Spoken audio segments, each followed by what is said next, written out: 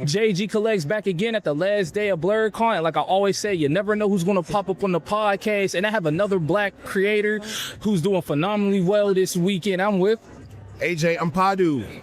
How's it going this weekend? Man, this is probably one of the best cons I've ever done. Yes, BlerdCon is definitely great for all the black comic creators. And those who are unfamiliar, which is comic, what is your comic about? So I have a lot of different comics. Earth Kingdom is my self-published comic book company. I also write for Valiant Comics. So I have my own horror book like Dragon Face, my space fantasy book, Kimmy Cosmic. I also write things like Ninjak vs. Roku for Valiant, as well as Tales of Shadow Man for Valiant Comics. When it comes to just writing these comics, how important is it to give them their own original identity and not just some of the same stereotypical tropes that you kind of see in the comic community? It's paramount. That is the one thing that I try to do. I try to make all of my comics completely different. That's why you don't see any superhero comics at my booth. I love superheroes, but there's too many superheroes. Everything that I do is unique and different. I have a space cowboy comic. I have a sophisticated horror book. I'm doing a comic book about football now. Everything I try to do is different, unique, and original because I want to stand out. I want to do something different. A lot of fans don't always know what they want until you give it to them. So you got to give people an opportunity to branch out and see something different. And that's incredible that you got a variety for everybody. For like first-time comic readers, what can they expect from your book? They're gonna see something extremely well written, extremely well illustrated. I believe in the comic book medium. You know, we look at television, we look at film, these are mediums. Comic book is just another way to tell a story. So I want to take advantage of the medium and tell the best story that I can. And I know this would be a little difficult for you to ask because I know all your stories are probably your favorite, but which is the one that you would really recommend for somebody who's a first-time reader to read? If you can tolerate horror, I would say read Dragon Face. It's one of my most popular comic books. I was in a dark place when I wrote it, and it gave me a lot of catharsis. It helped me process a lot of my emotions and a lot of my feelings, so I think it might help someone do the same. Hey, I love that. Process everything through pain, and you might create something beautiful. For any first-time comic creator or just anybody who wants to get in this field, what's some advice that you could give to them that you wish you would have known when you got in there? 3 words: finish the book.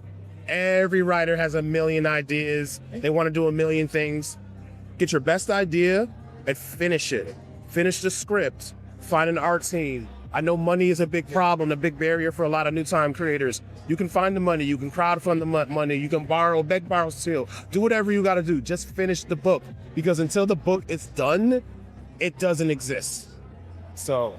No, that's some sound advice. Don't always worry about being perfect. And also, do not compare yourself to other folks. You will find your tribe and your community out there. And what is the price point for one of your books? So this graphic novel is 130 pages. We've lowered the price to $25. It used to be $30 when we first put it out, but because it's done so well over the years, you can start to lower the price on your books as you start to make more and more money off the books. That's just a little business idea for y'all too as well. Usually the first year or two, I have to charge a premium cost just because I have to cover the cost of production. But over time, as I sell more and more books and the profit margin goes higher and higher, then I can start to drop the price on my books. So this one used to be $30, now it's $25. And with the profit margin getting higher and higher, will you be looking to animate some of your stories? Not really. I believe that's overrated. Like, I think there's too many people who don't believe in the medium of comics. They're trying to springboard their comic book into an anime, into a movie, into something else. And it's like, this is not a proof of concept. This is the story. This is not a way for a movie director to make a movie off of. This is the movie. You know what I mean? So if somebody wants to take my stuff and make it into a movie or television show down the line, I'm totally open to that. I'm not gonna say no to it, but that's not my intent. I feel like too many creators are all trying to fast track their stuff to Hollywood, and it's not really working that well for a lot of them because they haven't built the fan base of the original comic.